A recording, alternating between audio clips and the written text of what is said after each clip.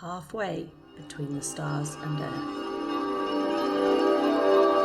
It was a perfectly good night for a cup of tea. Chilly, certainly, but clear.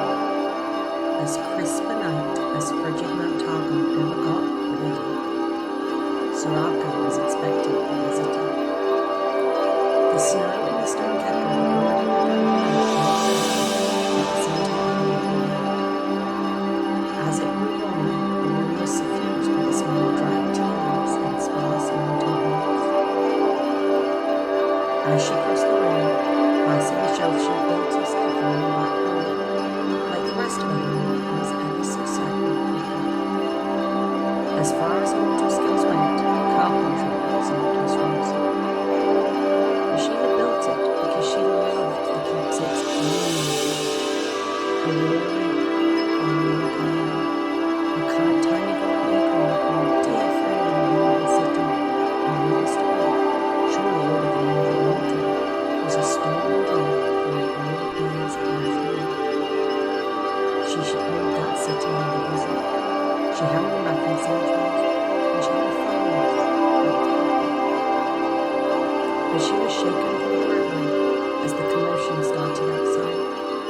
Shouting, barking,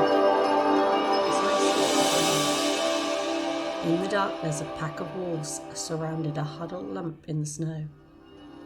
She strode out into the night, drawing her shoulders back, her head high.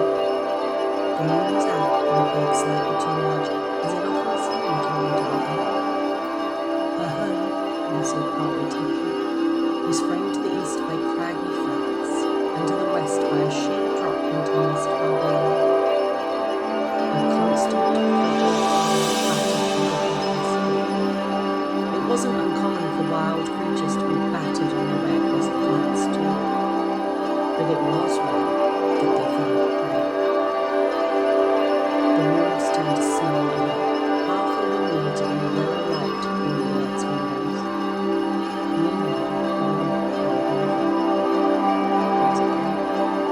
Frightened eyes stared back at Soraka, a wooden spear clutched between two shaking hands. Only one thing brought people to this remote cliffside on the beach to every night, but they were never afraid.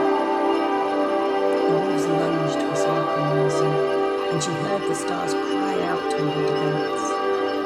Sparks trickled from her fingertips as she laid golden fire down on the pack. The slime on the pack sent most of them skittering like a briny floor, but one of them was left behind, its hindquarters crushed beneath the weight of the dying desert. It moaned and rasped, struggling. She saw the remainder of the pack disappearing over the icy barrens, abandoning their fellow to his fate. Soraka shook her head and instantly knelt in the singed snow, her hands already outstretched. She couldn't bear to feel the poor thing's pain. It tugged at her. As she laid her hands on its bloodied back haunches, it snarled, digging its teeth into her arm. Ouch. Mortality had its reward. Stop it, the girl cried. It'll kill you. Soraka felt her face melt into a smile. I'm not afraid of wolves, she replied, as the light spread down her arms and into the wolf's narrow body. Besides, she knew, Targon belongs to him as much as to me. The creature's flesh began to knit back together. The crushed bones became whole once more, like clay taking a proper shape in an artisan's hands. But the magic burned as it left her. She closed her eyes and lost herself in the pain for a moment. When she opened them, the wolf had retreated, only the one girl remained. Her eyes flicked upwards, tracing the line of Soraka's horn, and Soraka already knew what she was thinking. Are you one of those things? Demons, Heather, Soraka laughed. But before she could respond, the girl sagged weakly, the spear tip dropping. It was only then, her mind clearing, that Soraka finally felt the enormity of the girl's own power. Her arms were black all the way to the elbows. Her fingers were frozen to the spear, the flesh will red above them. Frostbite like this, she would dead soon. When she laid her hands upon the girl's nails, the girl flinched, and Soraka was worried. Humans were curious creatures when it came to healing. Their minds were intricate. It had to be a mutual agreement. They had to want to heal. Sometimes she'd get the tendrils of magic deep into her wound and find that the mind pushed her right back out again. But not here. The girl was too tired. All vestiges of her energy spent getting her this far up the mountain. Soraka flooded the dead flesh with all the power she could give, pushing through the pain. Coils of emerald light wound their way up the girl's arms. The spear dropped to the ground. As Soraka worked, she watched the skin fade through black, red, and purple to its proper dust colour. That should do. Do I seem like a demon to you? Soraka asked. Her gold eyes gleamed in darkness. The girl was silent. After a moment, Soraka pressed her. You're making the summit climb. But the girl just looked away ashamed, rubbing her newly restored arms. My family, she bleated, shaking her head. We were core. We're warriors. My mother, she's the strongest of all. You don't know what it's like to be the only one who can't fight, to be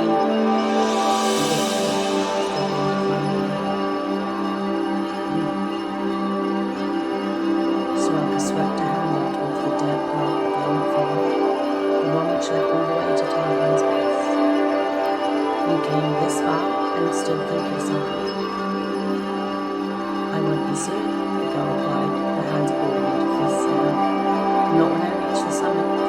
I'll walk off the final peak and right into the sky, just like the old story. And then they'll be forced to accept that I'm strong. No one made of the stars can be brought there. Only that were true, Soraka said, flashing a two sharp teeth.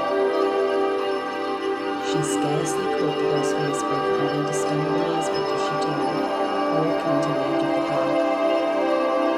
Above all, the stars spread out against the endless sky, brighter than the lightning else in the world. They sang songs only she could hear. This was her time. There hadn't always been, but it was the home she'd made. Come, Soraka beckoned, and she raised her hand, trailing her fingers across the heaven. As she did, she knit the clouds and mist into shapes which wound their way against the moon, and became faces the girl would no doubt have recognized from stories. A young woman with pale hair. Her counterpart, a woman whose face burned as brightly as the sun, and a warrior with the skin of girl's own. All of these mortals ascended to the peak, but they had chosen that path with all their soul. She turned to the girl and spoke slowly, taking her to light in her words. You have not truly chosen the mountain, and Targon will not choose you. You will walk to the death. Don't do this. The girl turned away. She was silent in her thoughts. There then, she said at last to her sweat. I can't go home. I can't go back to them. Where else would I go? Soraka smiled. The world is vast. All paths are many. I can help if you let me. The images in the room had faded. Soraka motioned